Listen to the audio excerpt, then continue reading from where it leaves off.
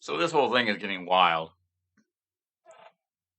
First, we had Sam getting fired, Greg being demoted, the CTO being promoted into the CEO role. And now she's backpedaling and supporting him coming back. But Microsoft has already swooped in and said, look, if you're going to fire him, we're going to hire him and give him his own division. And to that, I guess Microsoft recruiters then decided to just go through OpenAI and say, hey, look, anybody who wants to follow Sam can join him at Microsoft. And they've just been offered those roles. And this has confirmed that.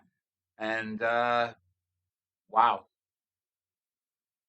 So out of the 770 employees, 667 people have signed the letter. Hey, Alexa, what percentage of 770 is 667? 667 is 86.62% of 770. 86.2% of the entire company. So, yeah. Letter says that Microsoft has assured these employees that they would have jobs in the new subsidiary. Basically, what Microsoft has done is they've poached the entire company because they have the money, they have the resources. Sure, they got rid of a lot of people earlier in the year and they claim they didn't need to hire all those people, but clearly these people are more valuable, so they're willing to spend for them. That's effectively what Microsoft has just said publicly. And so if you're one of those people who lost their job, you've been stack ranked, I guess is the best way of putting that. And that sucks if you're one of those people. So let's see. The interim CEO, aka the old CTO, and COO. Okay, so their entire executive team has basically agreed as well. And even the non-independent person who has equity in the company signed it. And he said on Twitter that he regretted everything he did. Wow. This is all because Sam decided to go off and do his own thing and make his own company, just like I said he would in my other videos. And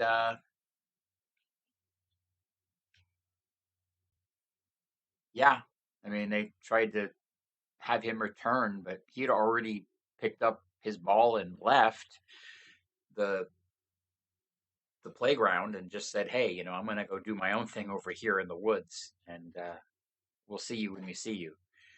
And it looks like Microsoft just came in and said, "Look, you don't have to be a hermit in the woods. We'll build you out a house. Just live in it, work for us, and everything will be fine. We'll share what you create with you," which is, a better deal for him, obviously.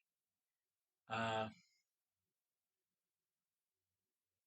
and a new, largely joined the company, a new, largely independent venture. Yeah, because the thing is Microsoft has a history of letting engineers be engineers.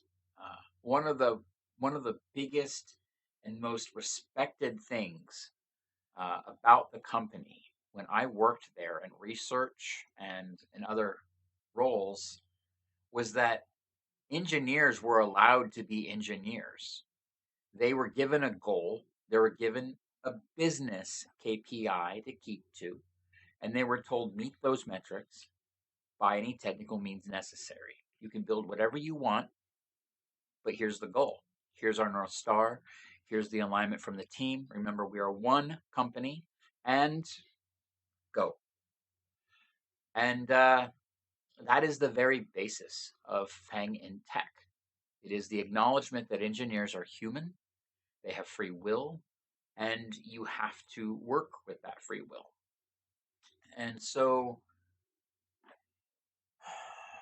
they, Adela's flexing clearly here with the word colleagues, but that's kind of his style anyway. Uh, And Microsoft declined to comment on whether it would hire employees who chose to leave OpenAI. OpenAI wasn't immediately available to comment on the letter. Yeah. Here's the full note. Emphasis theirs. To the board of directors at OpenAI. OpenAI is the world's leading AI company. We, the employees of OpenAI, have developed the best models and pushed the field to new frontiers. Our work on AI safety and governance shapes global norms. The products we build are used by millions of people around the world. Until now, the company we work for and cherish has never been in a stronger position. The process through which you terminated Sam Altman and removed Greg Brockman from the board has jeopardized all of this work and undermined our mission and company. Your conduct has made it clear you did not have the competence to oversee OpenAI. When we all unexpectedly learned of your decision, the leadership team of OpenAI acted swiftly to stabilize the company. They carefully listened to your concerns and tried to cooperate with you on all grounds. Despite many requests for specific facts for your allegations, you have never provided any written evidence. They also increasingly realized you were not capable of carrying out your duties and were negotiating in bad faith. Ooh. The leadership team suggests that the most stabilizing path forward, the one that would best serve our mission, company, stakeholders, employees, and the public, would be for you to resign and put in place a qualified board that would lead the company forward in stability. Leadership worked with you around the clock to find a mutually agreeable outcome. Yet within 2 days of your initial decision, you again replaced interim CEO Mira Mirati against the best interest of the company. You also informed the leadership team that allowing the company to be destroyed would be consistent with the mission. Wow. Your actions have made it obvious that you are incapable of overseeing OpenAI. We are unable to work for or with people who lack competence, judgment, and care for our mission and employees. We, the undersigned, may choose to resign from OpenAI and join the newly announced Microsoft subsidiary run by Sam Altman and Greg Brockman. Microsoft has assured us that there are positions for all OpenAI employees at this new subsidiary should we choose to join. We will take this step imminently unless all current board members resign and the board appoints 2 new lead directors, such as Brett Taylor and Will Hurd, and reinstates Sam Altman and Greg Brockman. Wow. Okay, so there's a lot to unpack here because this whole thing has been completely insane. They started out with the board being, hey, we've got this evidence and he's lied to us and we don't have the ability to trust him, so we're just going to assume that by default he is the bad guy and we're going to treat him as such.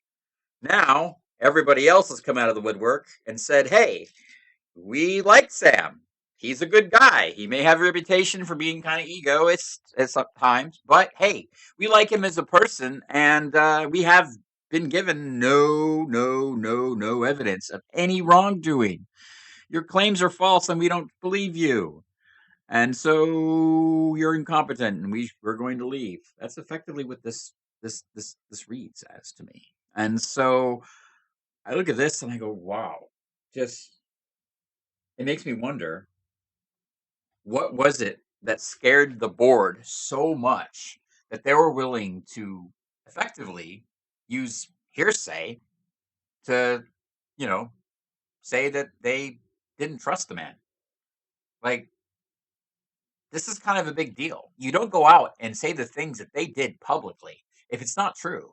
Just the fact that they were willing to do that, the assumption was that they were in the right and that they had the evidence to back it up and that they were more than happy to, make that available to the parties involved if they needed to hear it, and that, they were doing the right thing.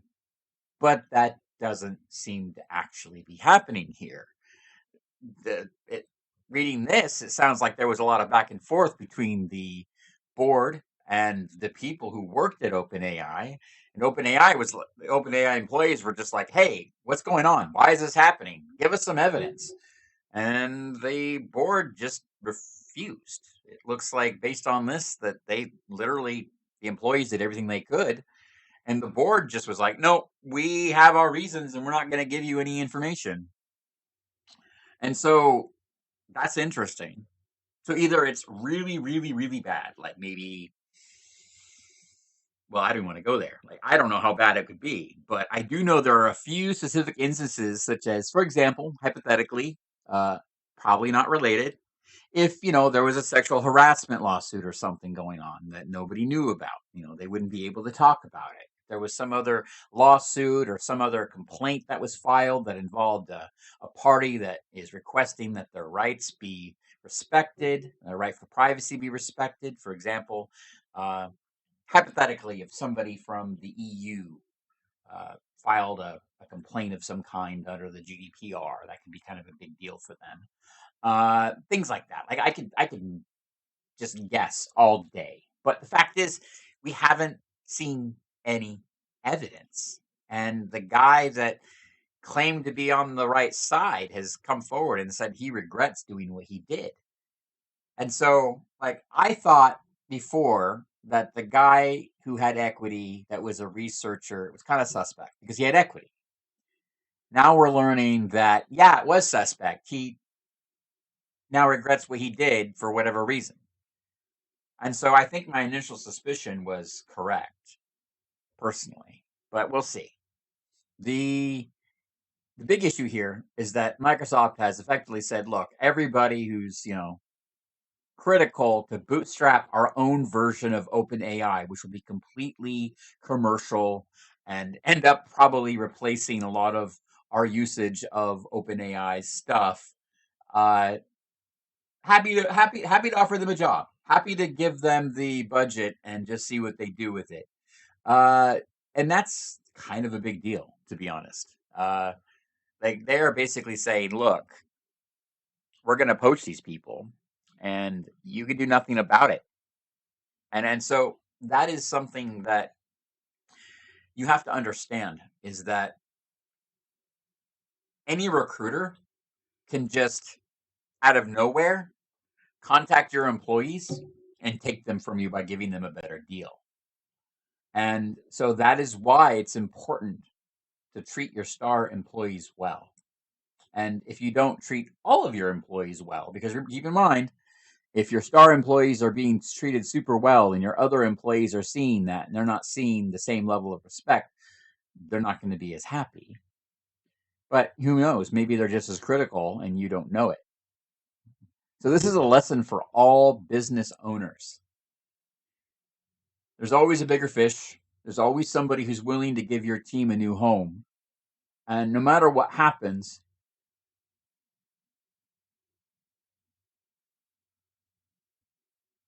you don't always have the power that you think you do in the situation. Because looking at this, they're at risk of losing over 600 and a half people. That's, a big, over 80% of their company. And they're being asked to effectively fire everybody in a leadership position because they're untrustworthy. And wow. And Microsoft has a history of swooping in on large projects like this and hiring people away from them. It was something that initially created the issues with Apple.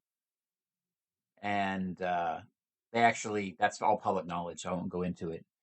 But I find it interesting that at the end of the day, what it comes down to is trust. The thing that will destroy an open charity built around AI is lack of trust. And more interestingly enough, the interim CEO that we talked about before, where I said, hey, it'll be interesting to see if she stays with the company when she's no longer a CEO because she knows too much. That's interesting because it looks like they replaced her with someone else already. But is she going to stay at the company? That's the question I had at the time. Still a question I have now. The thing that gets me about this, though, is You're also informed that the leadership team by the team. You also informed the leadership team that allowing the company to be destroyed would be consistent with the mission. So what they've basically said is, look, we've lost all trust. You've lost all trust in the leadership, and that's fine. We'll just destroy the entire company at that point. They are literally okay with just hitting delete. And at that point, everything that exists, ChatGPT, these models would go away, but then the open source stuff would remain. The stuff from Meta and Facebook would still remain. And so that would be effectively handing the reins of AI over to Facebook. Because the open source community does not have the resources needed to advance AI in a way that these companies do. The sheer cost of training models and RMFF, RHF, all that fun stuff, like the effort involved, the computing power, the costs, that's not something that a charity can do. That's why they had to change their structure, as I showed in a prior video, so that they could get additional funding from, in this case, Microsoft, who is now swooping in and trying to take the company, which I find interesting because, from my perspective, if they're a minority owner of the OpenAI LLC or whatever that was, wouldn't that be a conflict of interest? And so that's an interesting thing to ask too. I don't know. I'm curious. What do you think? Let me know. Comment, subscribe, and let me know what's going on because this is insane.